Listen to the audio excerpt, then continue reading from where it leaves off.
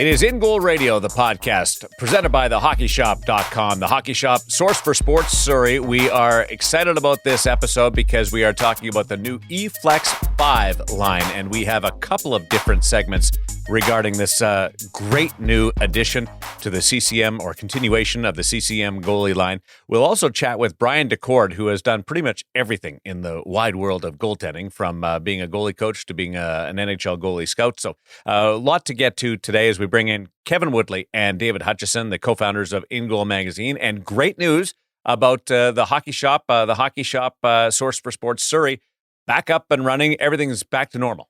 I was going to say great news for you, the consumer, for our listeners who are always eager to call Cam or email or check out the website at thehockeyshop.com for the latest and greatest in the newest launches and the newest materials. Also good deals on old inventory. Maybe not so good for Cam because now I'm back and he has to put up with me in person. We're back at the shop with a review of the CCM Eflex 5 chest protector today. I was definitely a giant pain in his ass as I was trying on a lot of the new stuff that had arrived in the store. But hey, listen, we don't mind making Cam suffer a little bit if it's for the benefit of our listeners. And the good news is they've improved the safety protocols. Everything was precautionary. They're back up and running. If you're blessed enough to live here in the Lower Mainland, go visit them in person at the Hockey Shop out in Surrey, or check them out online, thehockeyshop.com, for all your needs, whether it's skate sharpening, old gear that's on sale, new gear that's just coming out that we'll talk about today. You name it, they've got it. All the accessories. Give Cam a call and annoy him as much as I do. Old gear, new lines. We have the top of the line gear to the various levels of below. It is an unbelievable place just to go and hang out and just get your fix. Or if you're leaning on some experts, that's the place to go. The Hockey Shop, source for sports Surrey, thehockeyshop.com. Talking about making a transition from the middle of the season, or what they COVID pause for both the Vancouver Canucks and source for sports Surrey and the Hockey Shop. Braden Holtby is back on top of his game. Like the two of you guys get the chance to, because that's your local market. Boy, what a story coming out of their break for the 3.5 weeks, Woody. Well, I mean, there's a lot of different ways to go with this. Obviously, the 3 weeks and the way guys were hit by COVID. We heard from Thatcher Demko after his first start last night. He described the symptoms. Some guys have been a little hesitant to share, but he described the symptoms quite clearly. I mean, he was hit pretty hard, right down to including brain fog. Some of the things we've heard about, and so it's been a process for them to come back, and for them to come back and beat the Maple Leafs. Best team in the North Division 2 in a row was, a remarkable story of perseverance. And the backbone of it was unquestionably Braden Holtby, 74 saves on 79 shots, just brilliant in the first game. The Leafs had 6 expected goals. He only let in 2. You guys, we've all seen it, right? The poke check to Hasek barrel roll save, like that's going to be one of the saves of the year, right? And like it's posterized already. The picture of it from the overhead, which is a camera photographer that's worked with us in the past. I got it for Icon Getty, Derek Kane, that perfect overhead shot of Braden full barrel roll, watching the puck go off his pad. So there's an in-goal connection to that as well. And, bigger picture, pulling it back, this is Braden Holtby, and he talked with us about this after the game on Tuesday. This is a goaltender who was asked when he came in here in Vancouver to make significant changes to his game, and struggled at times to find the balance between the new technical aspects and the old instinctual elements that made him great, and to sort of put those two together. And I thought that game against the Leafs was a great example of those worlds coming together finally. I mean, the poke checks were there were multiple, and yet there was more control in his game, precision in movement, high stance when perimeters were when play was out on the perimeter, which he would use it. They added the high stance where narrow feet, up tall, looking over traffic. But as games went on, or if a play stayed in the zone, he'd get into his low stance and he wouldn't go back when the play was on the perimeter. Much better at that. And of course, that's going to make you less fatigued when you're coming off a 3-week break in COVID, because you're not working as hard locked into that low stance. So I think there's a lesson here. Goalies that made changes this season, he talked about it really hard. No preseason games to sort of feel it out. shortened training camps, and then as soon as the season started, everything was 100 miles an hour. Every point counted. Like races got tight. You couldn't fall behind. The pressure was huge. A really tough year to be a goalie making changes. And Braden was open and honest about that. And I think we're seeing a little bit of that right now in Matt Murray too. Hutch, just in watching Braden Holtby, just it looked like he was playing and wasn't thinking. And maybe that was a byproduct of being swamped by the Toronto Maple Leafs with opportunities. But a little bit of what Woody said, finally being able to lean on and absorb some of that tweaking in his game. I think you read my mind. I was thinking the very same thing as what he was talking there about this being a particular opportunity. You've now had that time in the season for him to absorb all the work he's been doing with Ian Clark and the changes he's tried to make. And yet, with sort of a quick return to the ice and not a lot of time to do any work before those games with the Leafs, sort of a requirement to play on instinct to a degree, and certainly not to think too much out there. And I know that concept of thinking too much on the ice while trying to make changes is one that Woody's spoken of before and with Matt Murray. Well, I mean, if you think you're dead, right? Top Gun, baby. If you think out there, you're dead. And early in the season, Matt Murray came through here in Vancouver, and after the postgame, I could see the changes he was making in his game. They were clear as day. Again, some of them are similar to Holtby, but a little more biomechanic involved. But the foundation being sort of a much narrower stance. Matt used to play really low and wide in Pittsburgh, and the premise being he needed to become more mobile. And you can't move from a locked in low and wide stance. And so a lot of changes that he made dating back to his time with Adam Francilia, and then the goalie coach there at the time, Pierre Giroux, reaching out to Adam and making sure when they got on the ice, they were on the same page in terms of these new sequencing and movement mechanics to get Matt more mobile in his crease. And he admitted when he came through here in Vancouver and they shelled him and it wasn't going well, that he was thinking out there. Like he said after the game, like, these are still things I have to think about while I'm doing. There was it wasn't instinctual yet. Imagine having to think in the middle of an NHL game about how you're moving at a time when if you can't move out there, you're dead. And so, of course, his game struggled a little bit. Now we see him. He comes back into town after a month off, and he looks like a completely different goaltender. He's 3-1 in his last 4 starts since coming back from the injury. He's got 2 shutouts, just shut out the Canucks the other night. And a lot of people in Ottawa are asking, like, what's it like? And they fired Pierre Giroux and have brought in Zach Burke. And a lot of people are asking, what's changed? What's changed? Is the new goalie coach? I think a lot of this is for the month he was off, 3 weeks of that month, every day, because the injury was an arm related, they were out there skating. And again, really hard to make changes with all that's gone on this season. In Matt's case, he had a new baby right before the season to a mix of factors that already make it hard. And that time through the injury probably allowed him to finally get in a groove with those movements, changed his pads, went from Vaughn to True. They look like there's a better seal there. That was the goal. Which allows him to sort of stay more stable over him for second save movements at post save recovery. And everything just looks better. And I think a lot of people are looking for what changed in the last 2 weeks since the goalie coach changed. Talking to people behind the scenes involved with this is a process that started last year. The 3 weeks he was on with Pierre Giroux, the month he was off, the ability to get into a groove with those changes finally after a season where there was none of that time. This is what you're seeing now in Matt Murray. And so 2 prime examples that, goalies that are making big changes need to be judged at the end of this season, not in the middle of it. No practice time, too. Legitimate practice time. Yeah. It's just such a weird year. Yeah. It's been a totally different year for everyone. But again, like I would qualify that, especially for goalies who are trying to make, and in both cases, pretty significant changes to their game. Not easy. Curious about the gear change, but go ahead, Hutch. Well, I was just going to say, and credit to Zach as well, coming on, and as a new coach, you could imagine some wanting to make their mark by stepping in and making a bunch of changes, but he obviously picked up on what was going on already and sort of supported and allowed that to continue, I would assume. The gear change in the middle of a season, how common is that, and what was the thinking behind it? Well, I would love to tell you what Matt Murray thought about it, but I only got one question in the post-game Zoom last night, and that was my second question. It is pretty unusual to completely change brands, completely change models, especially the fact he went and changed his gloves as well. That's a pretty big step. Now, he did have a month off, but again, and this is a change that was initiated by Pierre Giroux.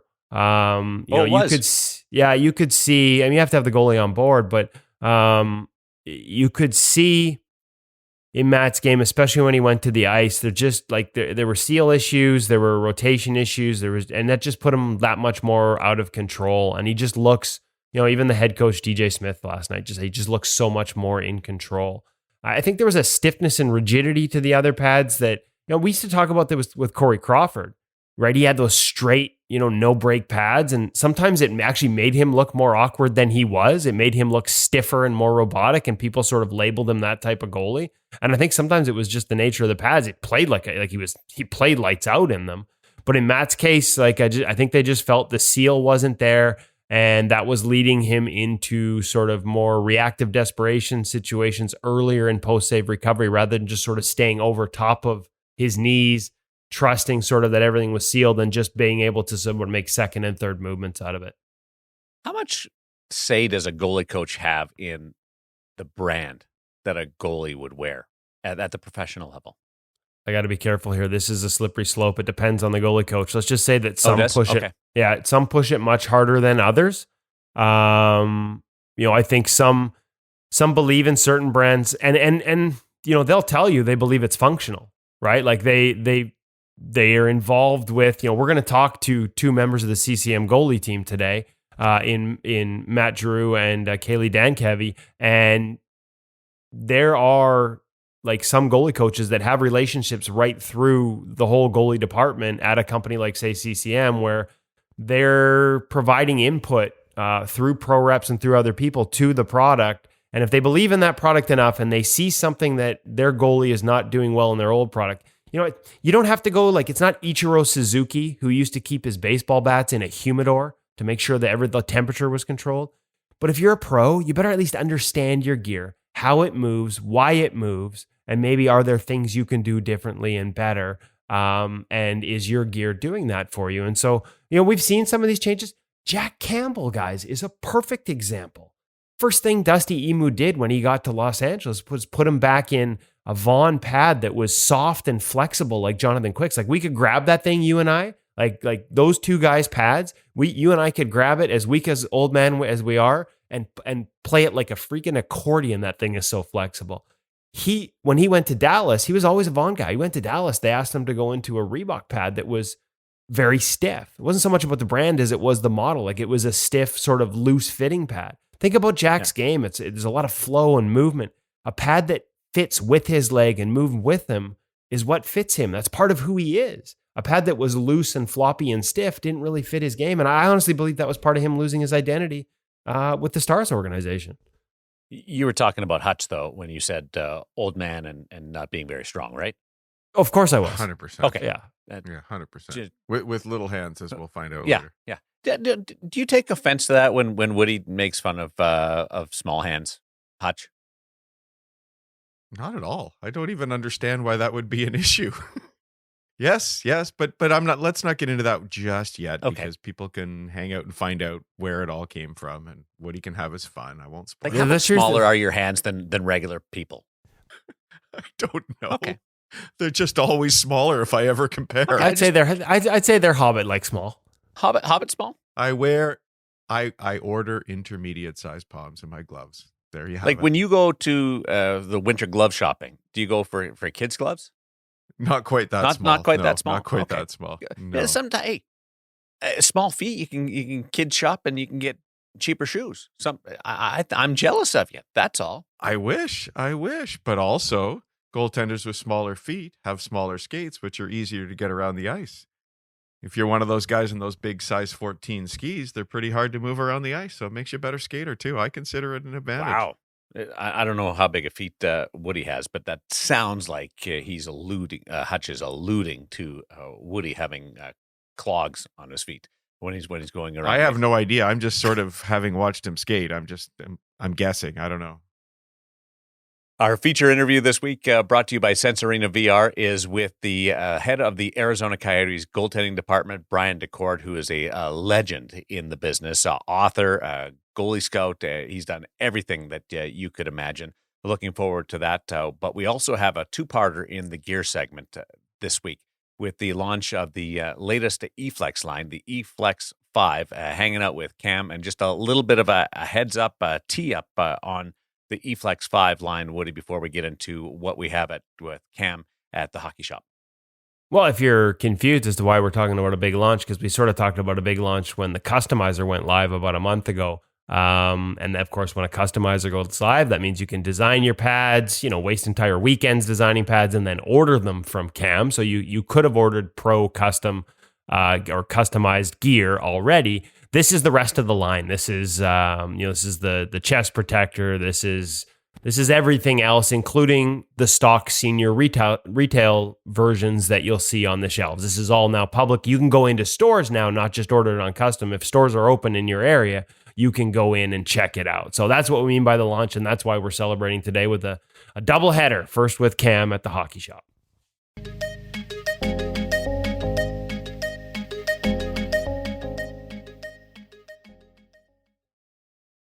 Welcome back to the Hockey Shop Source for Sports. We're down here in Goalie Utopia with Cam Matwiv, surrounded by just goalie gear everywhere.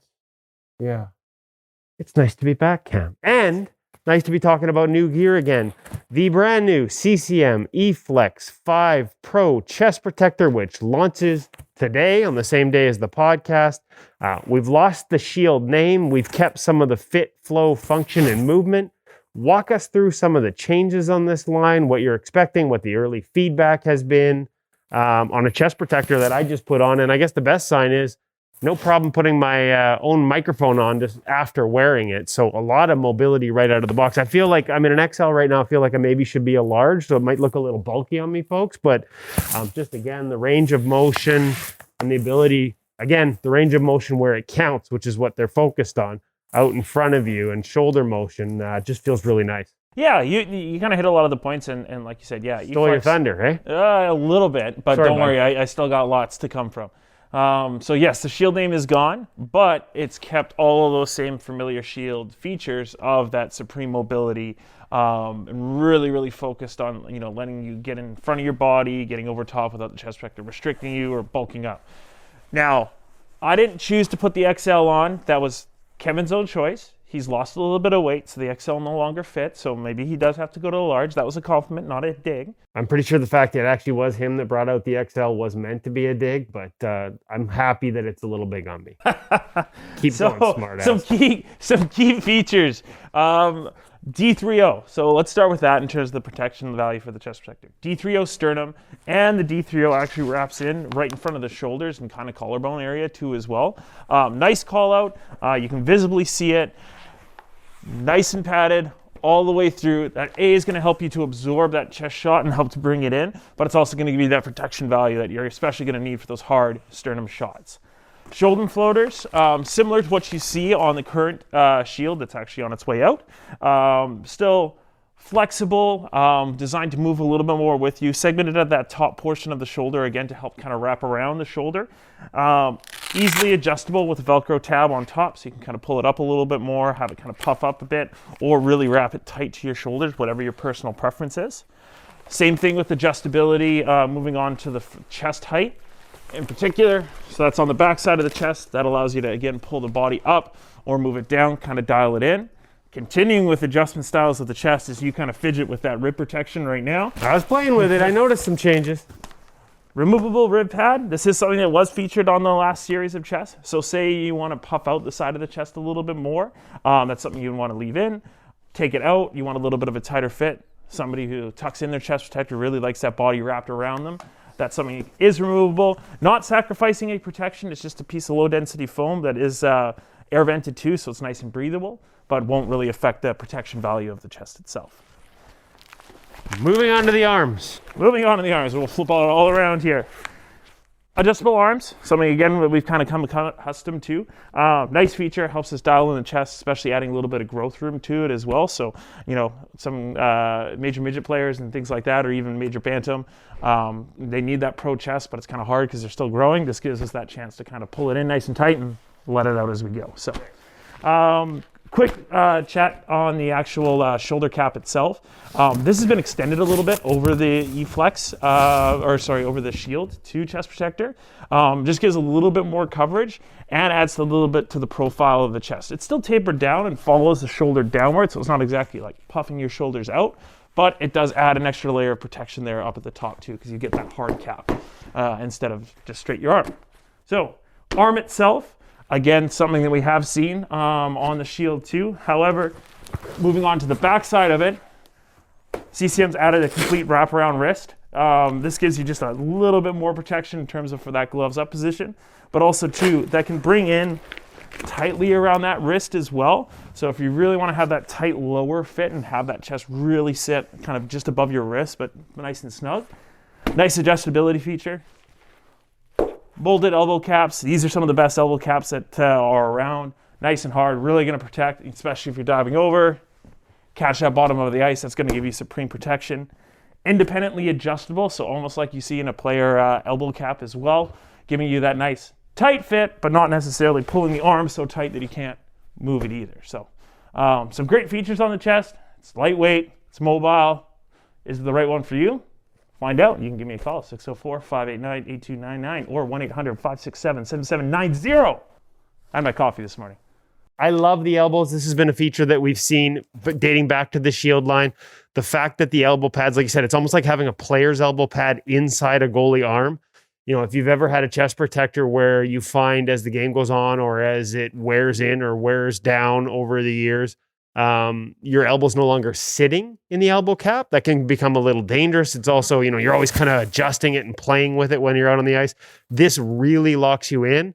And I'd never thought of that. You can adjust it tight around your elbow without necessarily making that arm area smaller. So that's a great feature and a great call out by you, Cam.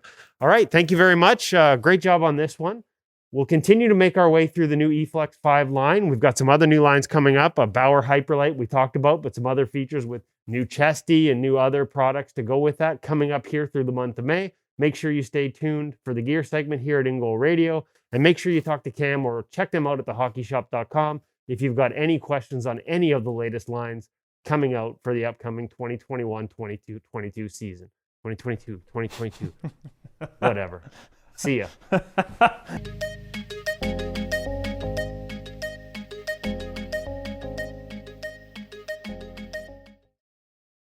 Cam and Woody hanging out, talking about the launch of the Eflex 5 line. There's no better place to hang out and get an idea of what you're looking at with this latest arrival from CCM Goalie.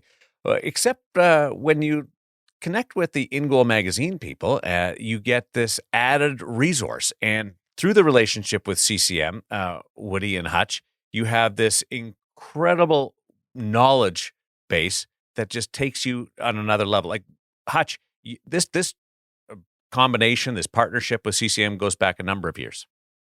Yeah, it goes back almost as long as Woody and I have been working together. So 11 years or so when we first got to know Sonia DiBiase, who was on our first episode of the podcast. A fascinating person in the industry to talk to. And she, I want to say, took us under her wing to an extent as we were sort of finding our way in the industry and guided us a little bit, and full credit to her for being a significant influence getting In Goal started. And we've been happy to work with CCM ever since. And that's involved a whole pile of different things we've done, but certainly a big part of that has been testing pretty much every line that's come out in the last 11 years. And that's not just us taking it on the ice for our own personal opinions. In fact, it's not that very much at all. It's mostly trying to get it in the hands of as many goaltenders as we can at various levels, from Pee-wee to pro, as Woody likes to say. Getting opinions about how the gear works for an individual's game. And it's something I've really admired about Woody having put in place right from the beginning, was that this isn't about putting out a ranking of gear. It's about describing how the gear works and who it works for, much like he was just saying a pro goaltender should understand their gear. We've worked really hard to make sure that our readers, our listeners, understand how a particular line from any company, not just CCM, fits your game and can make you a better goaltender. Yeah, I say that, the one benefit of getting to work with all the different testers and making sure, like, we get it right up to, junior, and we've even had guys like National Hockey Leaguers trying out new gear through us. The feedback allows us, we get a lot of questions. We don't really publicize it much, but we do get a lot of questions on DM on Instagram. Matter of fact, we've had some from pro goalies that are switching gear overseas, because when you're a pro overseas, you don't always get your choice. So we had a couple this summer where they're like, my new team makes me wear this brand. What's going to be the difference? And we've had a lot of success sort of, taking all the feedback we get and relaying that information to others. So if you've got questions, not that I'm looking to make our workload any bigger right now, but we have helped out quite a few people through direct messages on IG. Hit us up if you've got some gear questions about new lines and things that you're uncertain. We'd always steer you towards Cam for the expertise, but if we can help with a little tidbit here and there about how something integrates, we will. And just one quick thing, I just realized this. Those first meetings with Sonia DiBiase and CCM, Hutch, where did they take place? I believe that was Las Vegas, Woody. Full circle, Darren. We're talking to you in Vegas, and that's where this all got started, at a Play True Hockey Expo in Vegas with me and Hutch, and meeting all the different manufacturers. And Sonia, as Hutch said, was just so open and so gracious with their time, and really working with her was what got us started. Let's get the band back together then. Come on. We have to. Who introduced us to Sonia, though, Woody? Chad at the hockey shop. 100%. Wow. There you go. It is like 2 degrees of separation here in the goalie world. We'll expand that a little bit, because I bring up the relationship with CCM, and we have a double episode of the gear segment this week, a double dip, as we bring in part of the goalie team at CCM. Mathieu Giroux is the category leader, 14 years of CCM, 8 years with the goalie team, and Kaylie Dankevy is a product manager. She has a decade in the industry and 3 years with CCM, part of an extensive group that works in the goalie department over at CCM, Woody. Like, it is a pretty unique and very dedicated lineup of personnel that use all the technology and all the resources at their fingertips. Yeah, and a lot of R&D going on over there, and we've had a pleasure to get over to visit. And they wanted to make sure we included a lot of the people that are behind the scenes that don't end up on the podcast with the interview. People like designers Francis and Francois Olivier. They got teams working on mask sticks, skates that sort of cross over from player to goalie and work on both. They got R&D and advanced team working on performance testing and analysis. And then we know about some of the partnerships they have. University of Ottawa with the pods for the masks, University of Calgary with skates, and then Ryan Frayne at Dalhousie on the goalie side and the goalie biomechanics. And we just did the chest protector.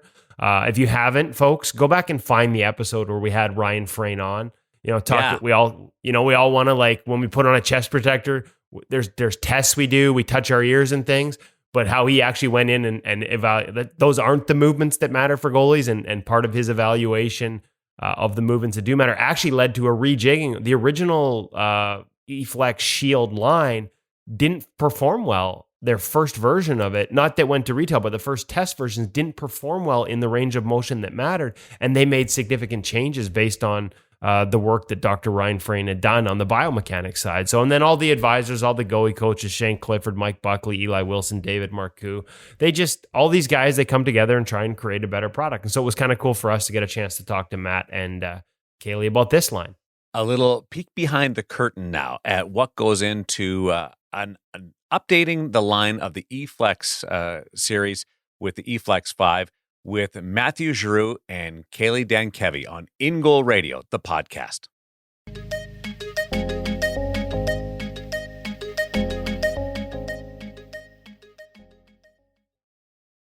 Exciting day. The launch of the CCM Eflex 5 line is official. It's going to be at retailers. We know we've talked about the customizer. We had some gear segments with the hockey shop sort of going over, but to commemorate the launch, to sort of make it official, we figured we'd bring in the good folks behind CCM Goalie. Matt and Kaylie are here with us today. Little special bonus gear segment here on the In Goal Radio podcast to talk about the new CCM Eflex 5 line. And let's just dive right in. I want to talk to you about everything from some of the R&D work you guys are doing, some of the new materials you're incorporating, some of the work on research in terms of biomechanics. There's a whole bunch of stuff we could get into. But let's start with the product itself. Let's start at the pro level. Let's start at that senior level. Eflex 5, the pads. Biggest story in your mind? We've been getting a lot of crazy good feedback on the look, but is it rebounds? And can you walk us through the options now that exist on rebounds that weren't there before? Yeah, for sure. So, rebound is definitely like a huge part of the game. Goalies working with their goalie coaches, like this is an aspect that they look at quite a lot. And so like we always had sort of two families, right? Like one very like more stiffer pad that gives like really powerful rebound, and one that is more flexible that, give more softer or absorb a little bit more of those rebound. And, Eflex being a pad that, cater to a lot of goaltenders. I think with today's position, the game being played extremely fast, and goaltenders spending a lot of time in butterfly and wanted a pad that moves with their legs. Eflex is definitely a pad that fits well with that kind of position. But there was some goaltenders that, kind of stressed the interest of having like, those powerful rebound of an access pad that can provide, but also other goaltenders that like to control the rebound better. So like the idea, I think, really kind of spiked from there, in really like working with goalie coaches, getting that feedback from goaltenders as well. And I would say like in a second kind of area is that obviously like we're very performance driven. So whether, through our different labs that we have internally, like our physical lab, where we have, the Canon, but also like our performance lab where we have, mocap, so motion capture, when we can dive into more of the nitty gritty of the behavior of the pads and whatnot. I think this is really where we started to look at different technologies and how we can really tackle that feature. Well, okay, and let's turn to you, Kaylie. You can tell us about the specific technologies and the options, because for the first time ever, we've always, like, Eflex remains a line that is sort of defined by, well, I guess, flexibility, especially down towards the boot, and the sort of ability of a goaltender to have a pad that sort of maybe fits a little snugger and moves with the leg as opposed to looser and around the leg. But it's also always been a pad we associated with softer rebounds. Now you have options. Max rebound, you can choose it custom. Control rebound is stock, and also, again, at custom, you can choose either one. So walk me through what the differences and the options that exist that have never existed before in an Eflex line. Yeah, it is pretty exciting for us to open up the options for goaltenders, and to Matt's point, just look at how the game's being played and what the needs of the goalie really are. So the first introduction for us for this year was the control rebound technology. So that's where we're looking at that goalie that wants that softer feel pad. They want to still really kind of keep control of some elements of the puck on certain rebounds. So what we're looking at there is, can we find a foam that kind of does it all? It offers the best of both worlds. So I almost refer to it as a hybrid technology, where when we tested this foam and, we looked at it in our performance lab, we're able to do a lot of pad rebound testing where we use our shot cannon and we're able to adjust the speed to see how the pad reacts to certain shots. What we're able to dial into is a foam that allows the goaltender to have really active, very powerful rebounds off of harder shots. So you're looking at those one-timers, those clappers from the point, or even just that really standard hard wrist shot that a lot of players have developed. That's going to give that active rebound.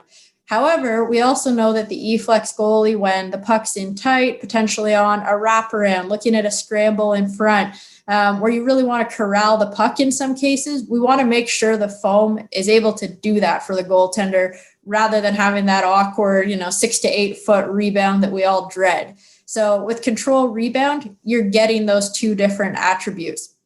And then, Kevin, to your point, a brand new option at custom is to also allow the goaltender to choose max rebound if that's better suited for their style of play. So max rebound, goalies may remember, hopefully, that it's from our Axis line.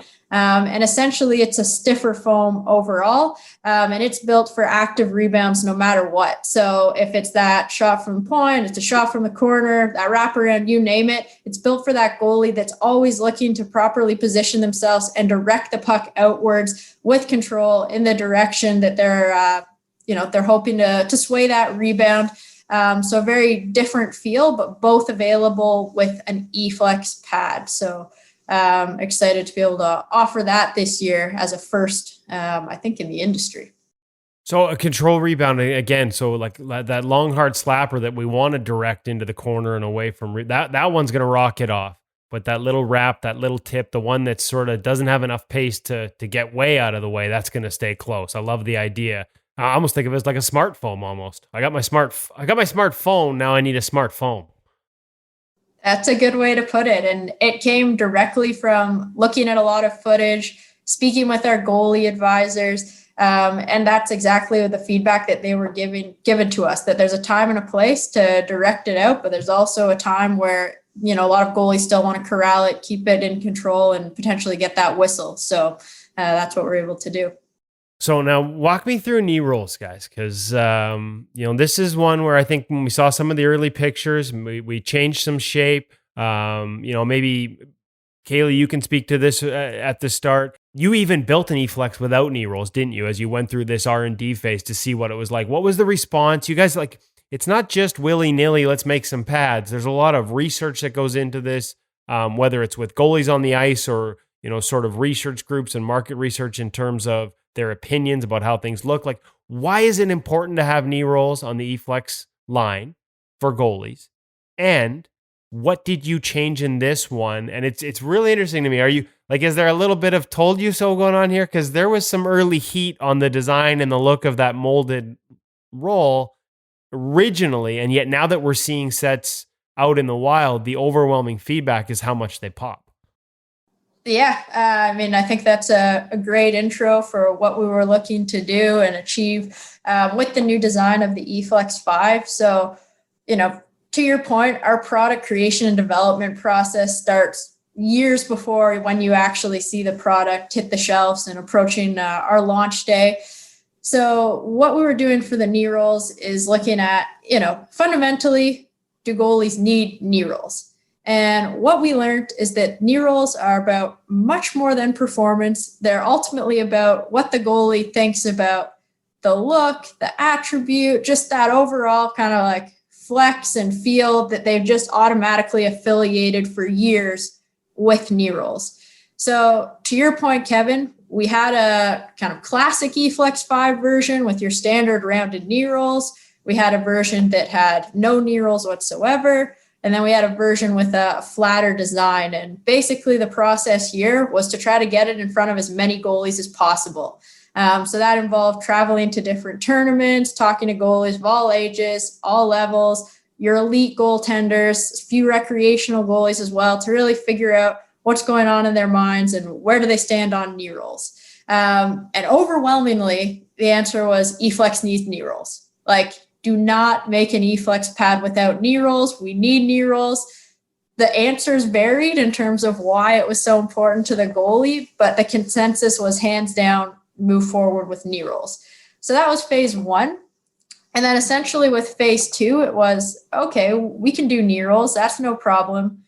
But what can we get out of the knee rolls? We know from a performance side of things that with our testing, and it's not really surprising that a flatter design can be more beneficial for the goaltender. So how do we want to present that? So phase 2 was having a few different shapes, a few different iterations of knee rolls, and again, getting in front of goaltenders and getting their feedback and opinion. And I should mention, we were really lucky that this all happened pre-pandemic. We were way ahead of the game there, so that didn't interfere, and we could travel and we could get this feedback. And what it came down to was they're open to a new look. They're open to something a little bit more refreshing, a new take on a knee roll. So the design that you see now on the Eflex 5 is directly built off of goaltender feedback. For us, we just wanted to ensure that it was flat and you could perform at your best with the design And then secondly, that it was a design that worked with the pad, not against it. So the way that we have the flex points throughout, kind of the angulation of the knee rolls, we just wanted to make sure that that was all working with the goalie, and something that they would really come around to, which I think we're seeing right now as we speak. You talked about, focus groups and getting a feel for what goalies want.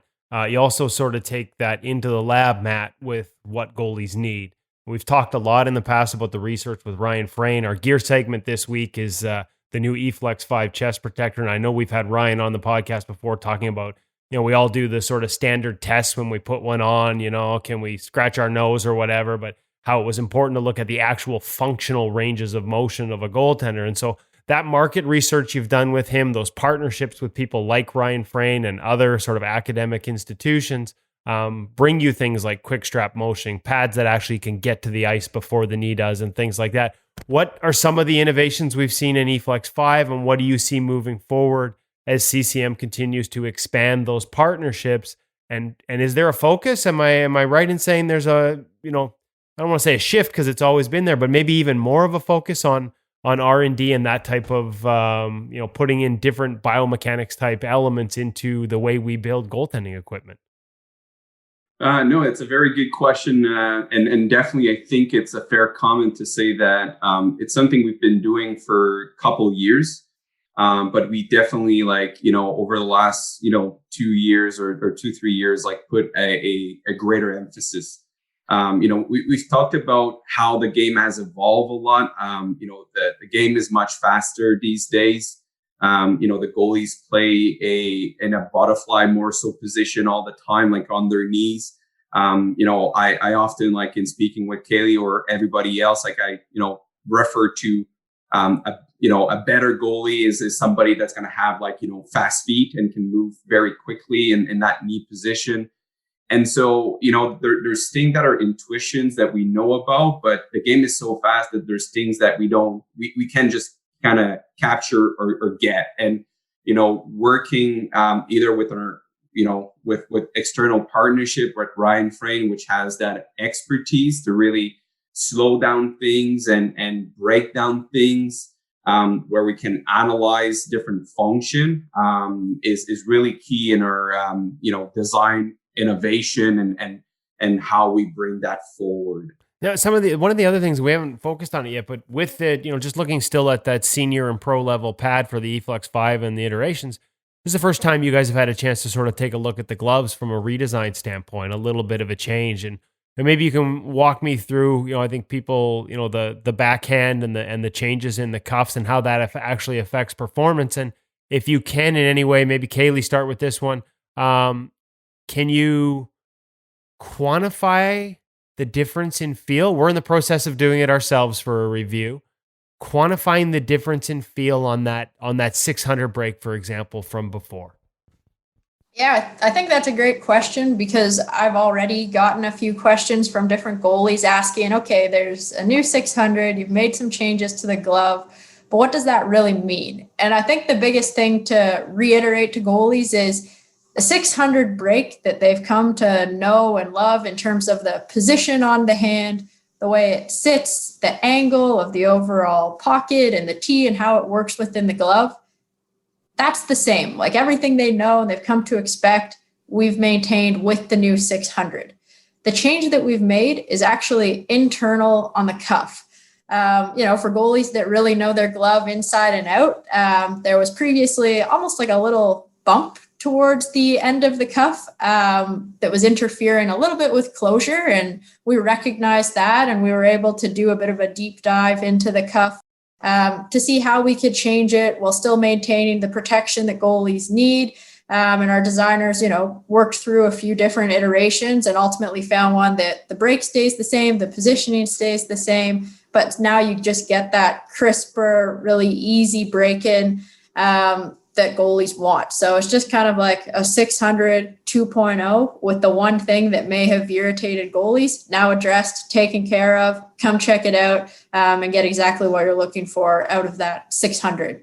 And the tough thing is, to your point, it's internal, so people don't see that. But what they notice instead is the backhand and the cuff that have also been completely redesigned as well. So I guess What? I was going to say backhand, like people don't think much of a backhand other than, hey, I just need enough to protect us against that jerk who's going to come down and, decide they want the puck I've already got covered. They want to take a whack and hit. Like we need just enough for that. I don't think enough people realize like how materials and the importance of flex on the backhand affect the glove's ability to close on the other end and how those two are integrated. Can you share anything in terms of, how that's changed, if at all, in this one? And how that affects the closure as well, the way you've reworked the back.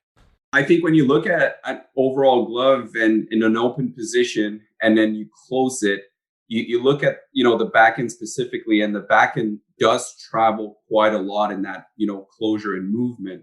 And so I think any design element that you can tweak to allow that travel without any additional restriction will definitely help and increase that closure and that snap that goalies are looking for off the shelf. So this is definitely like an important piece in the overall closure of the glove. Okay, no, I don't want to geek out too much here because I'm the only one that sort of does these level things. So the audience is going to have to forgive me. Parts matter. One of the things we've always talked about with CCM products over the years, and this is with NHL goalies right up to the National Hockey League, is the consistency of delivery. Guys like Roberto Luongo over the years, how I could get a pad and then get the next pad and know it feels exactly the same, it performs exactly the same, wear it once, get it on the ice. And I think a lot of people don't realize that that's not so much just about how it's put together as it is the materials inside it. And CCM's invested heavily in injection molded parts and creating parts that are going to hold their shape longer because, again, you've invested in the machinery so that the part is created in that shape versus, say a glove piece that starts as a flat piece of plastic and is heat molded into a shape, but as it takes pucks off, it wants to return to its original form. There's a science lesson here about all matters wanting to revert. Continues, still got that injection molded core at the pro level and at the senior level and in these glove pieces to sort of maintain that consistency. Is that something you guys are continuing to focus and continuing on with the Eflex 5 line? Yeah, definitely. I think if you look at all pieces, whether it's the pad, where we have the injection molding core, or the glove where we have the EP molded one piece core as well. To your point, Kevin, I think these are technologies that are accessible to us. They are expensive technologies, but they are worth it technologies because it definitely help keep that consistency throughout production.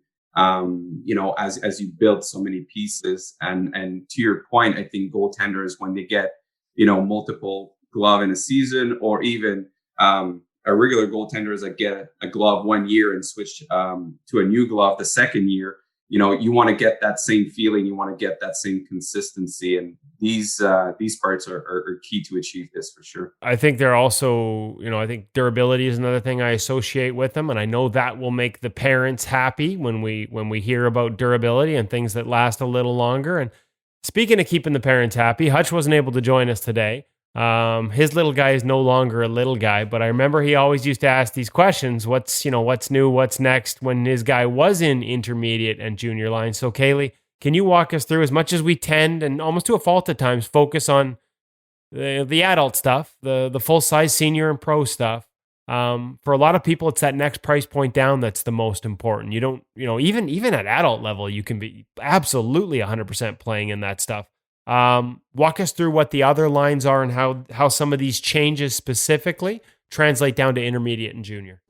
Yeah, for sure. So we have both a 5.9 and a 5.5 line within the Eflex family for this year. So the 5.9 is available in senior and also, probably most importantly, in intermediate as well. So the idea behind the 5.9 is to take as many performance attributes from the Eflex 5 and just bring it down into this mid-level pad. So when we look at goalies in this segment, especially intermediate goalies, which we find are generally kind of that 11 to 14-year-old, in some cases, like me, I could wear intermediate. So some female goalies are in this category as well. They still need something that performs. Like, they're on the ice a lot. They're playing a lot of hockey. Potentially they even work with a goalie instructor as well, and they're pretty dialed in with their game. So in this case, we're bringing down that new knee roll design. We're bringing the same dual light core flex profile into the pad. We're bringing that new 600 glove and a thinner, lighter, but still very stiff blocker board into this family so that goaltenders can still get that elite level performance, but just spec'd appropriately for their level of play. So that's the 5.9. And then we have the 5.5 that is available as kind of a basic recreational senior pad. But again, most importantly, it's our junior offering as well as our youth offering. So with the 5.5 junior and youth, we really want to look at how young kids play. You can't just take the same product you're making at a senior level and make it smaller and call it a day, toss some logos on it. We really need to look at kids, and that's where our goalie advisors come into play. We speak to so many goalie coaches that work with young goalies. We even did a few focus groups with younger goalies as well to figure out what their needs are. So for the pads for this year, we've adjusted the widths a little bit so that the goalies get greater mobility. It's more tailored to their smaller legs, smaller bodies. For the glove and blocker, we've looked at how big the palm size is and adjusted it a little bit so it's more suitable for their smaller hands. So everything around that 5.5 junior and youth is specifically for that young goalie and looking at what their needs are compared to a goalie that's, maybe playing at the Pee-wee Bantam and then beyond level. So definitely worth checking out for those little goalies. Perfect news. Smaller hands, smaller gloves. I think Hutch is going to be looking at ordering some intermediate blockers and gloves. He wasn't here today, so I get to take that shot. Kaylie, Matt, thank you so much for joining us today. Excited that launch day is finally here. We've got a whole bunch of other products we want to get through. Like we said, the gear segment today is the Eflex 5 chest protector. We're going to get into some of those lower lines and do some reviews on them. We've got things like sticks coming out later on. We're going to do the full works and go over the entire line.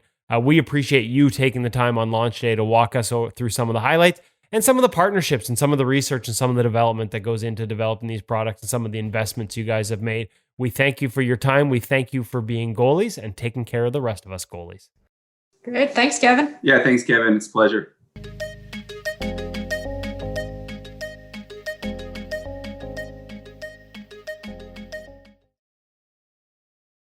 That was great, and I love the part about the kids, they're getting into the goaltending world. That you're going out for your first couple of years playing hockey, and those kids they're playing, and they make the pads narrower, they make the gloves better, more situated for those hands and those bodies, as opposed to what Kaylie said about you can't take top of the line Eflex 5 line and put it on a kid, and you got to tweak it. So I think that sometimes that gets lost when we talk about all the new gear.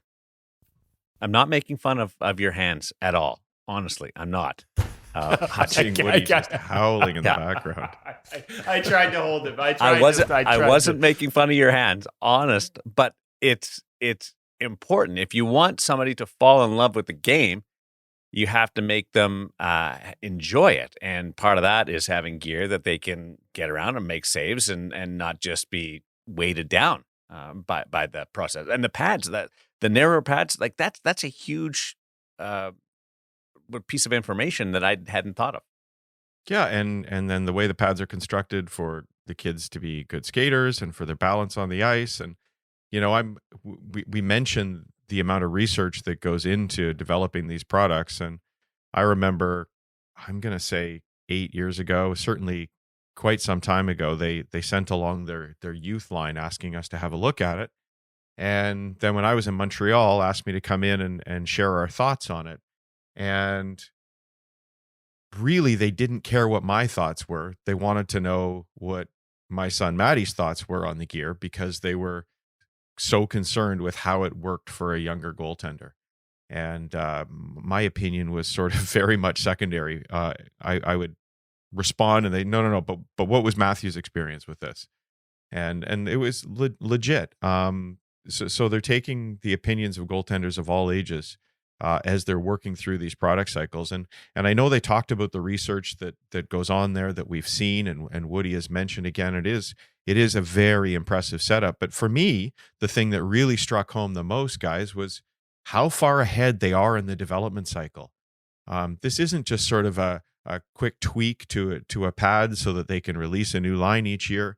They're working 2, 3, and more years ahead in that product development cycle. That's how long it takes to do the research and then tweak the designs and then implement what they're doing, to the point that sometimes, and we laugh about it, but they'll show us the newest line and ask us what we think, and either we'll give an opinion and they'll say, well, actually, yeah, we already thought of that one. That's coming in the next line. Or sometimes we'll say, guys, we really think you might want to do this. Well, yeah, we're a little far down the road, but 3 years from now, we might be able to work what you guys are thinking into the line, or that's probably a little far. But there is a lengthy product development cycle that I think really speaks to the research that's happening there.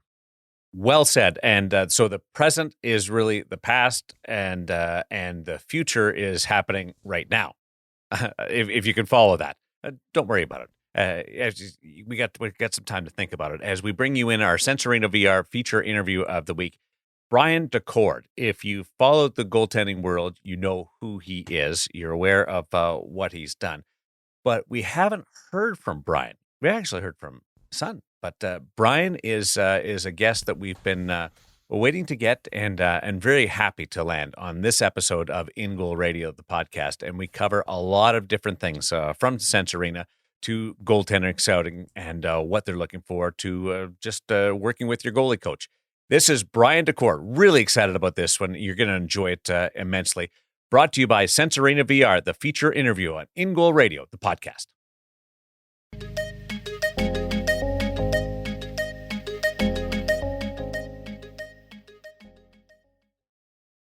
Really excited to welcome to the In Goal Radio podcast. First appearance, long overdue. His son's been on the show before, son Joey. Brian Daccord, Arizona Coyotes Director of Goaltending Operations. A guy whose name you've heard here on the podcast when we talk about Sense Arena. He's got an advisory role there. The work he's done with Stop It Goaltending has come up over the years, whether we're talking to Corey Schneider. Or you have pretty much connections. Like, we could probably play, 6 degrees of Kevin Bacon. It's probably 2 degrees of Brian Daccord, and you've had a contact or an interaction or an effect on somebody's career at some point. So thank you so much for taking the time. How are things? Everything's great. Thank you very much for having me. It's really exciting to be on. I mean, we're all living in COVID world, and one of the things that was great about the regular world was when I was on the road and driving between Kelowna and Kamloops, I'd be able to listen to a podcast, and I get all my in-goal podcasts while I'm out scouting and driving in the car. So I miss that, but it's great to be on. I'm excited to be on. Well, it is funny because we've seen sort of some of the demographic and some of the listenership change, because you're right, nobody's in their car anymore. So little tip to everyone else, you can still listen at home, but it is ideal for those car rides. So let's start with the current role, Brian, because I just feel like there are so many different directions we could take this in. We're probably going to need a part 2. But the job this summer, and taking the job in Arizona as the director of goaltending operations. And I remember we talked about this for an article in NHL.com and how key that last word was, operations. And maybe you could just walk our listeners now through what the job entails, how you envision it as much as you can, and what it's been like, what this transition has been like to be at the leading edge of this creation of more expanded, larger goaltending departments. Well, I think when you look at a goalie department as a whole, there's so many aspects to it, and a lot of it goes overlooked. There's so much communication that has to be done, from the scouting to the development to the performance. It has to be one continuous loop, right? So it's got to be everybody on the same page, pulling the same direction with the same mindset and mentality. And,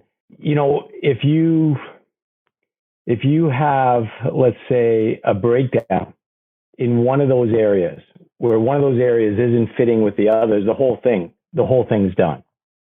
So from an organizational standpoint, like, you have to decide, are you drafting goalies? Are you going to be one of those clubs that says, it just isn't worth drafting goalies. It takes them too long to develop. We're better off signing a free agent. We're better off waiting for someone to come up as an unrestricted after X amount of years. So you could have that philosophy, or we'll draft a goalie in the first round. We'll draft a goalie in the second round. We'll develop our own. So right there from an organization, you have to have a blueprint of how you want to do it, and then from the scouting, what exactly are you looking for? What are the attributes that are key to you and your organization? And a lot of that has to do with your head goalie coach. So your NHL goalie coach, he's the one that ultimately has to make sure that these guys are performing at a level that's going to give your team a chance to win. So what are the things that are important for him? What are the things that are important for the scout to know, and for that scout to hand off to the development coach in the American Hockey League, and then that coach to hand off to the NHL goalie coach, and then making sure that everybody knows what the philosophy is and what everybody's looking for. So it's a lot more than just, let's say, director of director of goaltending, right? And then you have director of goaltending operations. And the reason why I really wanted to have the operations title is to make sure that it's all encompassing, and that your head goalie coach, Corey Schwab's an unbelievable goalie coach we have here in Arizona. And it's like, he's the head goalie coach. And what my role is, we speak almost every day. We're always communicating.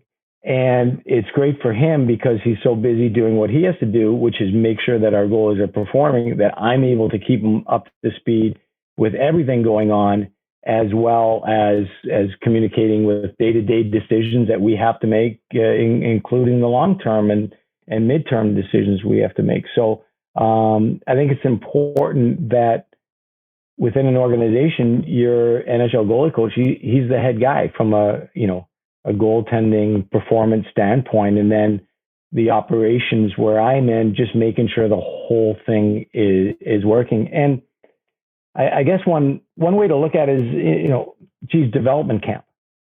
What are you going to do for development camp? How many goalies are you going to bring in? You're going to bring in major junior guy. You're going to bring in a college guy. This college guy you're bringing in maybe 2 years out before you think he's going to leave school. So how are you going to go about inviting that guy? And at the same time, how are you going to go about following up with that goaltender, right? Like, what's the process going to be? Who's going to keep in touch with him for the next 2 years after development camp, so that when he does come out of college as a free agent, you're one of the teams that's ready to sign him. So there's a lot that goes into it that is more than what your NHL goalie coach can handle while he's making sure that your performance is at the highest level. It's such an all-encompassing job, and it's such a demanding job, the NHL goalie coach job. Like, it's just like, it's a grind, right? Like, I've seen what these guys go through, and it can also become quite insular. You are in that bubble within your team. It can be hard to find the time, or in some cases, teams don't allow them to sort of expand, to sort of look at new things, new ideas, because they're so stuck in that bubble within their team. Do you with Stop It Goaltending and having this place where goalies from all over the world come to train, and different voices and different opinions, is it a perfect way for you to sort of make sure your guys, not that you're dictating to them, but you're sort of making sure and helping them expand their horizons, so that if there are new ideas, like Ascent Arena, for example, they have access to that. They don't have to go looking for new ideas. You can kind of bring all these new concepts to them. Is that a big part of the gig right now? Well, it's funny because I think any goalie coach, that's going to be a good goalie coach is someone that's open-minded, that is continuously learning. So, I just got back from Arizona and go to the morning skates and the practices, and afterwards me and Corey are just talking about that drill and this drill and then what we do, and hey, what do you think about using an undersquare there? Oh yeah, geez, yeah, how would you do that? So we're going back and forth, and it's great stuff. And I think that it's really important that I'm able to bring some of the drills and the concepts and the philosophies that I have, that I get from my coaches, that that I get from being around and being at the different rinks and seeing the different goalies and talking to the different goalie coaches, I'm able to bring that to Corey because he's with the team. He can't get out and do that, which I can. So I think that's a huge part of the role. And that goes along for, so just the other day, I got this report on 2-on-1 probabilities to shoot, where to shoot, when to pass. My job is to get that to the goalie guys in the group. And then, so we have a monthly goaltending department meeting. We'll probably talk about that 2-on-1 and analyze a little bit about what that report came out with and how it applies to us and how we can use it. So I think it's always, that's what we do as goalie guys, right? We're always trying to stay ahead of those shooters and trying to do anything we can to keep progressing and moving forward.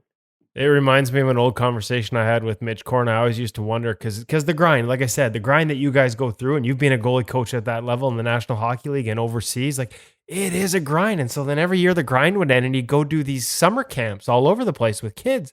And I never understood it. I was kind of like, why?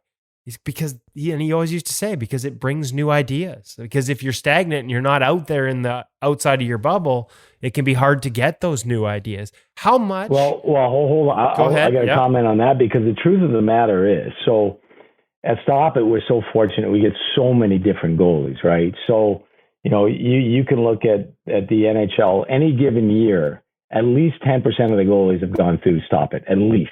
Okay. And some of them may have come for a summer, like Chris Streeter was in this summer. Other guys have been here for, 14 years, like Corey Schneider, but, and everybody in between, right? So guys coming in to do certain programs or spend 2 weeks at a time or 2 months at a time. So, we always have those experiences of those guys coming in. But the truth of the matter is we learn more from the guys than they learn from us. You think about it, we have all these different guys that come and they work with different goalie coaches here, there, whatever, and they're bringing new ideas and new concepts and doing new things. And all of a sudden you're going, wow, that's awesome. Let's incorporate that into our system. So you're always picking up off the kids. And then the other neat thing is we're very fortunate. We have a lot of strong, like older, better goalies, and they're able to work in groups, right? So, when you go in the summertime, you're not, very rarely are you ever going to be the top dog. So you're always working with guys that are better than you. And it's really neat for the college guys. A college guy will jump in with a pro group. My son Joey, he'll walk in with some NHL guys, and it's always cool, to have that mix. So Joey's had the chance to work with some better goalies, and when kids come to Stop It, there's usually better goalies on the ice than they are, and they're able to learn, and we're learning. So it's one big school environment. Everybody's just learning out there. It's awesome. It's like an on-ice think tank. Absolutely, it is, and it's every summer, and it's like you get your guys that are here all the time, and then you got you guys come in, and it's always fresh.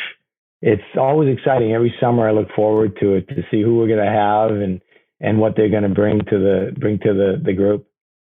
I want to get into some of that stuff and some of the on-ice stuff, but I wanted to ask you a little bit about scouting too, because part of being the director of goaltending operations with Arizona is sort of working with and building out a scouting department that's goalie specific. And obviously there's some things you won't be able to tell us. We don't want to give away anything that you guys are working on that's ahead of the curve.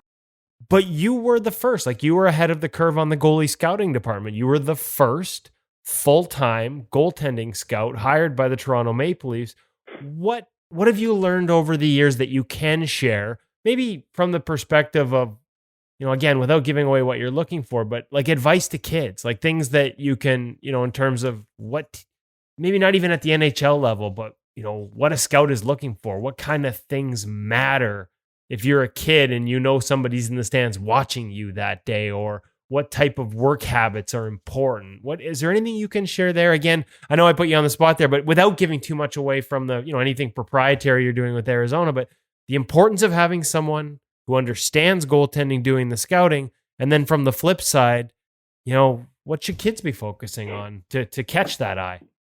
Yeah. So I'm going to kind of flip that around a little bit in the sense that, they really should be focusing on nothing. So at the end of the day, I've said this 100 times, like, you're playing to win the game, okay? And for a goalie to perform well, he's got to be, or she has to be 100% into doing whatever they can to help their team win.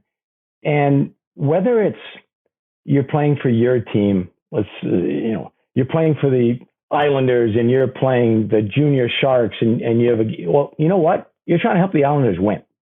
That's what you're trying to do. Whether you win 1-0, 3-2, or 6-5, it doesn't matter. You're trying to help that team win. So, when you're playing in the Beantown Classic and there's 102 scouts in the building watching you play, and you're playing on the purple team and you're playing on the white team, you go into that game and you're going, hey, let's go purple. All you're focused on is that purple team winning the game. Because if you start thinking about what someone else is thinking, how you made that save or didn't make that save, or how you handled that rim, or whatever it is, if you start thinking what the scouts are looking for, you're dead. No chance. You got to be in the moment, and you just got to be trying to win the game and be totally engulfed and focused on that, just being present with that, because if not, you're in trouble. So whether I'm there or Clay Adams, our goaltending scout, or Magnus Olsson, our European goaltender, whether they're in the building or not, should have zero impact on how a goaltender plays a game. Okay, so that's interesting to hear. Like, I almost want to have our producer cut in a little clip from Top Gun, because it dates me every time I use it, but I love to use it. It's that old line, if you think out there, you're dead. You don't have time to think up there. If you think, you're dead. Right? Like you said. Yeah. So how does that apply? So that's from the goalie scouting perspective. And I love that. I love that they can't be thinking about the fact you're there. How does that apply to sort of the goalie development process? Because we're always trying to learn new things. It's a constantly evolving position. The concept of games played, neuroplasticity, learning new concepts, and being able to take them into a game without thinking. How do we find that balance between the two, and from a development perspective? All right, so here we go. We're gonna get into Grandma Darlene here, something she told me about 30 years ago. Okay, she goes, Brian, it's okay to have a couple beers. It's okay to drink beer. You just can't drink 24 beers a night. Right? It's okay to have some chocolate. You just don't want to be woofing down 3 Milky Ways every afternoon, right? Like, life's about moderation. And goaltending is about moderation as well. So you've got, let's say, the two ends of the spectrum. You got blocking and you got reacting. And you're going to fall somewhere around the middle of that, right? So it's not going to be perfect. You're not going to be equal. But you've got to find that middle ground. So in goaltending development, this is where my head's at, right? We've had lots of conversations about this, but where my head's at is, you know what? If you want to be a good goalie and you want to be consistent, you got to learn your scales. So anybody that plays an instrument, they'll understand. If you don't know your scales, if you don't spend the time to learn your scales, then you'll never be able to be consistent at playing that instrument. You just can't, I'm going to learn guitar, I'm going to learn the C chord, D chord, and G chord, and then I'm going to play a bunch of songs. You'll never, if you don't learn your scales, then you're just going to hit a plateau in terms of consistency, right? So you've got that end. And then you've got to have from the neuroplasticity, the ability to read a shot, the ability to figure out a way to stop a puck. So you've got to combine those two ends of the spectrum. The mechanics, the structure of your game, with the ability to be athletic and reactive and figure out a way to roll over and throw a blocker and knock the puck out of midair and make a save. Like, you've got to have that. You can't be too far one way or the other.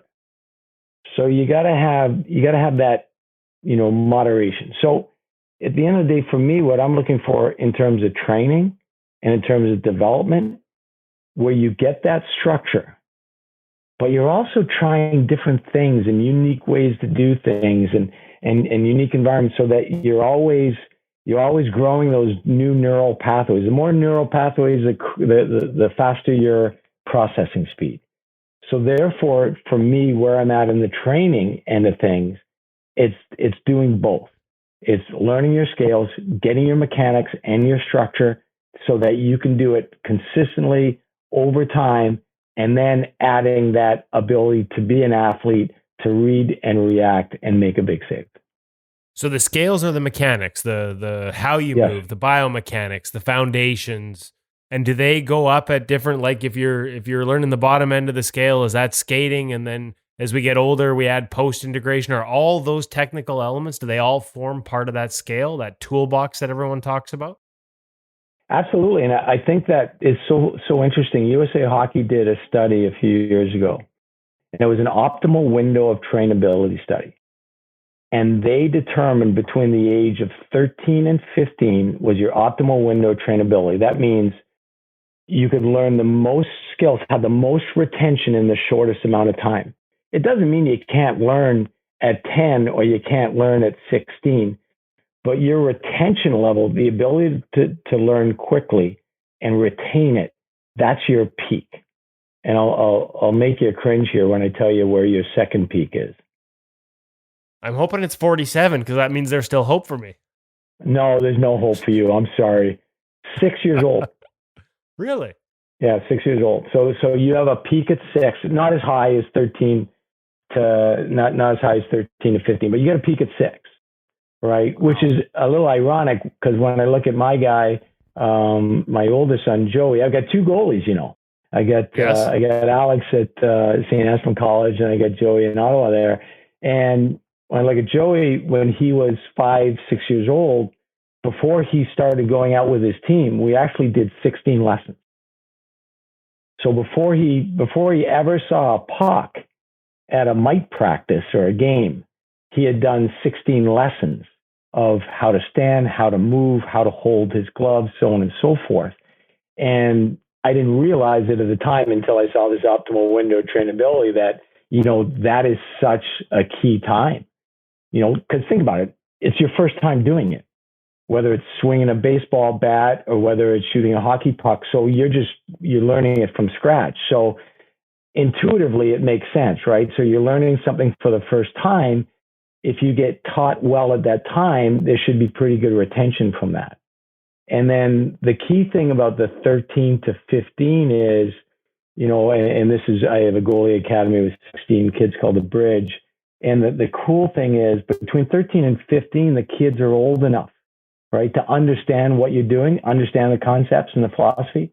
They're strong enough to do all the moves, and they're just not cool enough to tell you to go fly a kite yet, right, as a coach. They're just not at that 17 and 18 years old where they're looking at you like, I know more than you, coach.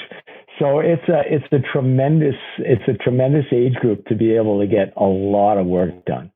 Yeah, see, I can relate. My daughter just turned 17 yesterday, so believe me, there's a lot of nodding going on this end. Now that's interesting to hear that. I hadn't heard about the 6-year-old thing. Now, how much of it is like, because I know you had some programs. How much sometimes can the results, even on a rep to rep basis, get in the way of learning something new?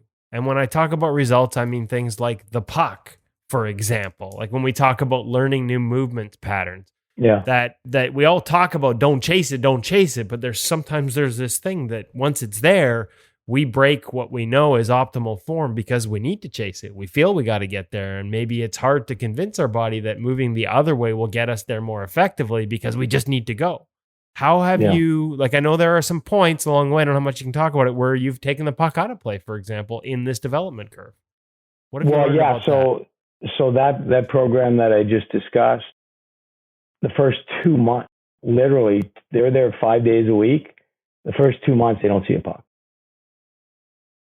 That's the bridge. That's the bridge. Yeah, those kids don't see a puck for the first 2 months. And exactly the reason why you say, a puck's going to pull them out of optimal form. So if you're training muscle memory and how you want your head tilt to be, where you want your shoulder, where you want your elbow, what's your hip flexion going to be, what's your knee flexion going to be. When you're trying to get all this, if you put a puck into play, then all of a sudden you're going to cut down the amount of reps you can do where they are memorizing the movement, right? So there's a great book by Daniel Coyle called Talent Code, which is an absolute must for any parent of a motivated hockey player or athlete. And it's kind of like Outliers. If Outliers is macroeconomics, all right, the Talent Code is micro. And there's a great chapter about a tennis academy in Russia that had produced 5 of the top 10 women in the world. And what they were known for is teaching them how to play without tennis balls, right? So they got their swing. If you think about it, if you're going to swing to hit a ball, if that swing's always at the same place, you're going to get your muscle memory and your mechanics done right. But the minute you introduce a ball, you have to reach forward or it handcuffs you, it changes everything. So, and that's where I go back to the scales, right? That's learning scales, where you're not trying to play a song. You're just trying to get the mechanics right. And there's got to be an element of that to your training. How hard is that to get them in those age windows to spend 2 months without pucks? Because that can be, how do you get that buy-in? Because that, at the end of the day, like you said, sometimes we all just want to play too, right? Absolutely. So the way you get the buy-in is, like I said, that 13 to 15, they're mature enough. They understand what they're doing. Now, the fascinating thing about it is they're probably more tired getting off the ice from not having pucks than having pucks, because they're out there. They're in their crease. They've got an iPad right in front of them on mirror mode. They've got another iPad that's recording them. So they're doing things like, picture this, literally stand straight up, close their eyes, stomp their feet, with the eyes closed, get in the stance, open your eyes, see where you're at, make your little fine tuning. You know what? Nope, blocker's got to be a touch here, gloves got to be a touch farther out. Do it again. Close your eyes, stand up, stomp, do it again, over and over and over until you got your stance. You can feel it. Like, you got your eyes closed, you know your stance is perfect. But it takes time to do that. And that's why you can't institute pucks. Like I've always said, pucks in a drill, if you're doing straight up goalie training, the puck's just the carrot, just to get, or a little at the end, you get a prize, you get a shot on net. But, we know as goalie coaches, all that's leading up to that shot, that's important, right? That you're working on, and then you get the shot. Okay, that's great at the end. But so with that mindset of development, you are just trying to get things perfect. And if you do it enough times, then you get your attention and you've got it. Like, you're done. Once you've got it, you're done. But the only way to do it is to take that time, if you're doing that kind of methodology. Now, your other way to do it is to do it in parts and then add those parts together over time. And then that will give you the result that you're looking for as well. So just a couple different ways to do things. Well, it's fascinating to hear that too. And you must, I know for sure you've experienced this, where if you're working in that type of environment, or probably working with pros, I can't count the amount of times where I've been out maybe doing some video with, an NHL goalie and a coach, and somebody I know will have watched from the outside. And when they're done, they'll come up to me and say, that was just a video shoot, right? Like, that wasn't a goalie session, because they're like, it didn't look like he was like, there was pucks flying everywhere. Yeah. And you probably hear this from, this is a good lesson for parents. I'll let you say it, but and parents are always like, he's not soaked in, he didn't look like he's working. There's not 6 people moving and multi-part drills.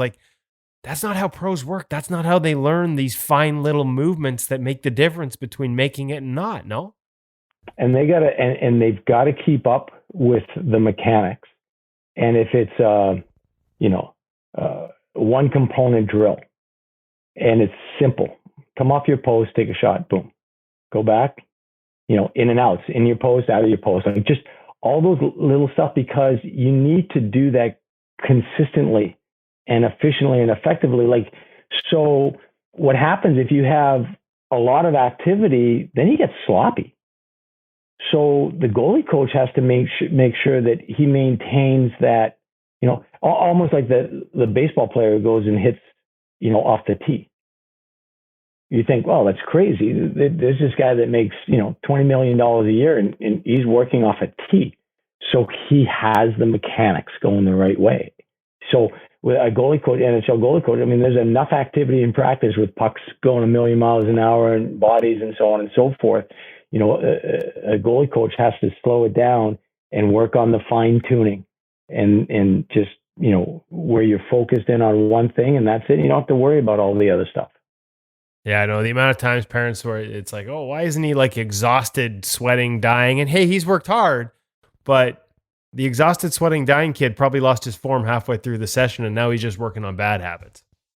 Yeah. And, like as we're talking about it, we've talked about here the mechanics and the structure of it. While at the same time, you say, well, it's got to be fun too. Absolutely. And that's what the games are for. And that's why, we've had this discussion. Games played is huge for goalies.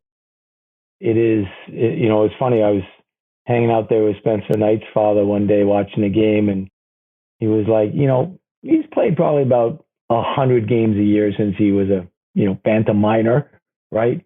Just, you get so much out of playing the experience, the being able to see the plays and the patterns develop over and over again. Like you think about Carey Price. Carey Price is about 59 years old in goalie years, right? Like he's played so much. He has so much exposure he's had to different situations and seen him over and over again. No wonder it looks like effortless for him, and he looks so calm out there because when a play is developing, his body just knows what's going to happen, right? You just seen it enough times, so there's such a value to that. So, and that's where you get to that moderation part, right? Where you can't just live in goalie schools. I've had so many times like a parent say, what, should we just take a year and have them not play games and just train? No, absolutely not. I understand what the thought process might be, but absolutely not. Games played is vital for goalies and goaltending development. And it's because they're seeing the patterns and they'll be able to identify the patterns and then reading the release of a shot. It is so essential. And that's where you get into your Senzerina, your extra reps and reading releases of shots. So, that all plays into your development. Once again, it's not, there's not only one. You just can't do the goalie training. You can't just do one. You've got to do a bunch of different things and have a bunch of different experiences and different types of training to be able to find that moderation and get to where you want to be at the end of the day. Yeah, and it's a great point. I'm curious where you see Senzerina fitting in there, because the one thing about the games played and the training, like we can see some wear and tear. I know you've got some philosophies on in terms of the butterfly and what it does to a body over the years. Where do you see Sens fitting in this? Like in terms of, we're obviously big fans of it. I know you've been on board, long before we were in terms of being a part of their sort of directors and working with them to make sure this was a product that really did speak to and work for goaltenders. How do you see it? Like, how do you see it being used? How do your goalies use it? Whether it's at Stop It or I don't know if you've got guys at the pro level, like where does it fit into our day-to-day and that development process? Well, at Stop It, we actually have one at every one of our centers. We have at least one. I mean, we have 4 in our big center, our headquarters in Woburn. We have 4 of them. And so I'll come at it a little bit different than I think a lot of people are thinking about it. So you are 1,000% right. Without the wear and tear in your body, it gets you reps. It gives you the ability, especially if you're doing the video, you're seeing releases and so on and so forth. And we haven't even touched the surface of what Senzerina, like, we don't even, I'm knee deep in this. I've been in this with Bob, with helping develop drills and the timing of it. And I've been in, but we're in the 5 percentile here. We're just getting started. And I look at Senzerina a little bit different than just a training tool and the goal. I think it is probably the most important psychological development in goaltending training ever. And yeah, I know you're giving me the look like, what is he about to say here? I want you to expand on the psychology part. Here's the deal. If you talk to former goalies, myself included, the hardest part of goaltending is the anxiety, right? It's the pre-game anxiety leading up to a game. What Sens Arena now does is it puts you in control of that, in the sense that, let's say, think a kid, he plays midget hockey, right? And his coach tells him, okay, you're playing tomorrow. And the game's at 5:00 in the afternoon. Well, guess what? He's got the anxiety started at that point, and he's carrying that anxiety all the way to the game. But what Sens Arena allow you to do? Guess what? You can have a morning skate. And we all know that when you have a morning skate, when you have another skate before the game, the anxiety level is much lower, because you're going to get your skates on, you're going to get your gear on, you're going to do your thing, you're going to get a sweat on, so it takes the anxiety level down a whole bunch. So with Sens Arena now, you have your own morning skate, 10:00 in the morning. I'm going to give myself a 15-20 minute workout, get my hands going, so on and so forth, right? And what if that anxiety starts building up during the day? At any point during the day, when you start feeling that anxiety, you can throw your headset on. Before you get in the car to leave for the game, you can throw your headset on and take a few shots to the glove and the blocker and just feel better and get some of that out. And now, so I think that's a humongous part of the mental part of development for goalies, to be able to have a way to deal with that pregame anxiety. And now think about this. Now, what happens at that 5:00 game and it doesn't go well? 6th spot up on the board, you didn't play very well. Maybe your next practice is on Tuesday. So now you've got to carry it from the end of the game on Saturday. You've got to carry that. And you know what I'm talking about, because we're all goalies here. Like, we know what that feels like. You feel like crap. The only difference for me is it's 10:30 at night and it's an 8 spot. There you go. So now guess what you do? Sunday morning, you get up, you give yourself, you put on Bill Ranford's training program, and you give yourself a 45-minute workout, and you get on with your day, and you feel so much better because you got a little work in. You I call it a cleanse. You cleanse yourself for the game. So when I look at it from a psychological standpoint, I think that, for me, that's the biggest part of Sens Arena, is that you can control some of that anxiety. You can give yourself a cleanse. You can put that on anytime you feel like, and feel the puck, which up to this point, before Sens Arena, you never had that chance. You had to wait for practice.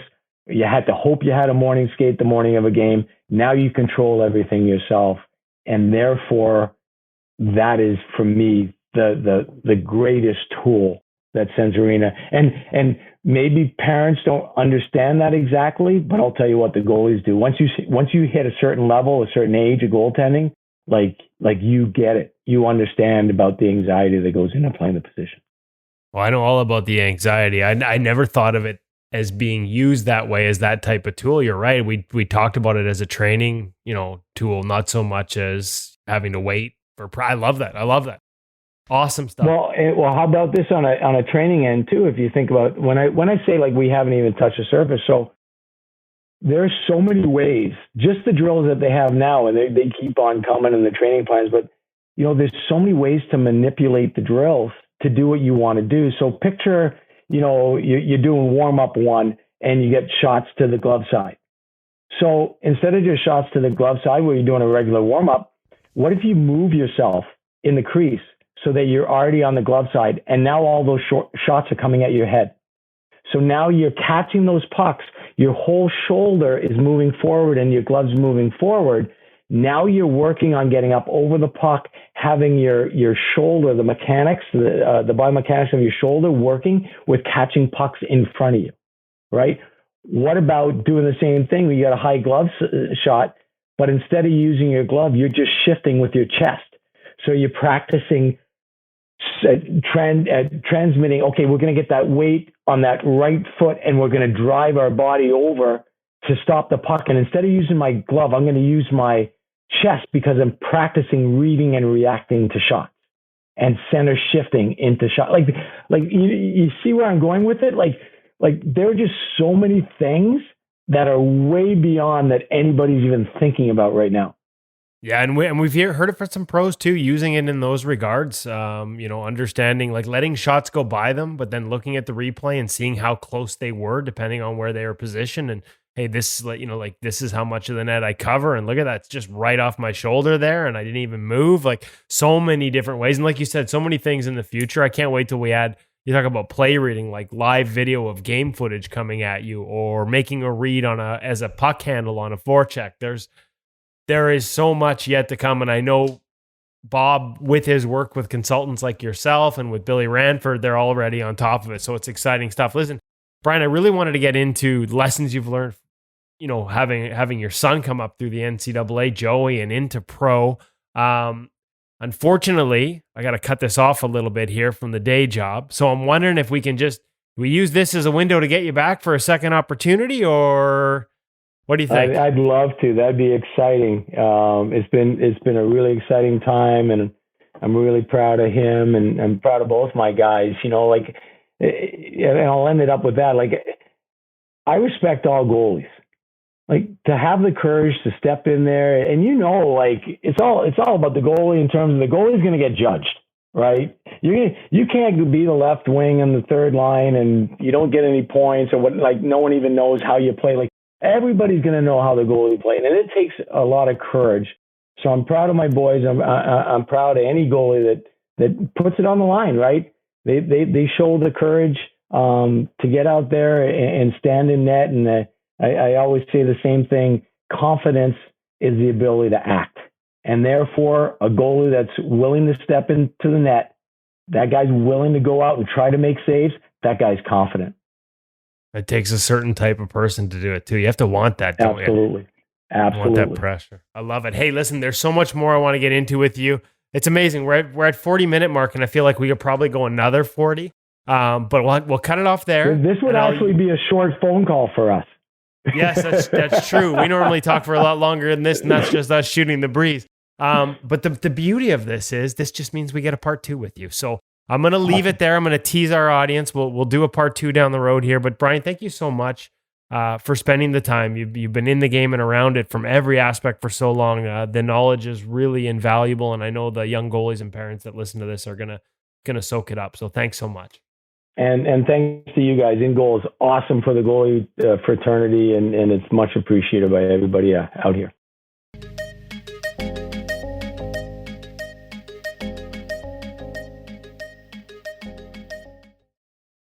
I went back and listened to it again. I listened to that interview twice because there's just so much in there. A fascinating individual and the passion for goaltending. And I just love goalie dad, goalie son. Just your takeaways from that conversation, Woody. Well, there's so many, to be honest with you. I love the talk. Talk about the book, one of Hutch's favorite, Talent Code. And, I know some of the concepts they've worked on, like this idea that, when you're trying it, kind of ties into Matt Murray and Braden Holtby, right? Like when you bring a puck into an equation for some of the movements we're trying and some functional movement patterns you try and change, it sort of changes our brain patterns. Like that becomes the primary focus rather than the movement itself. And, just like Holtby and Matt Murray, when you're chasing results and the game and trying to play the game, it can be hard to sort of groove a lot of these big changes in movements and movement patterns. And so sometimes, in Matt's case, you need the month off to sort of get back to the movement patterns without worrying about the puck. And it's interesting. So that was one that was fascinating to me. And I think, a lesson for a lot of parents that watch. I can't count how many times we've been doing video or something with a pro goalie and goalie coach on the ice, and a parent we know happens to watch and come to and ask me afterwards, that was just a video shoot, right? That wasn't an actual practice. No.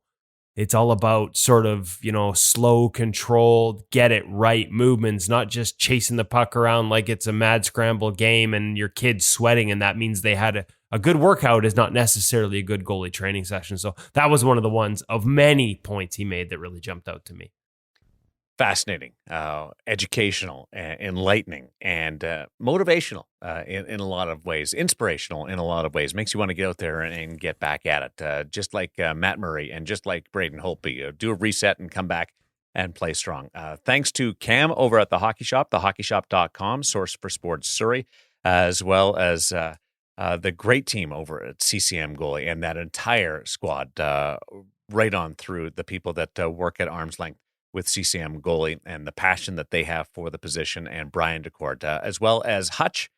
Hutch, I'm not going to make fun of you anymore, okay? That was the last time. I like Woody will still make fun of you, but I just want you to know, I am not making fun of you anymore. And of course, Kevin Woodley. Just make sure, the gear segments that he does each week are on video. Please go to our YouTube channel and watch the gear segment there, because I always get a little dig in on Woody that I can't really do here via audio. So watch this week right to the end, and I had a little fun there too. And one more note. When Woody says in the interview with Brian Daccord, my editor, can he put this in? That's Hutch. The editor is Hutch. He's just trying to big time everybody.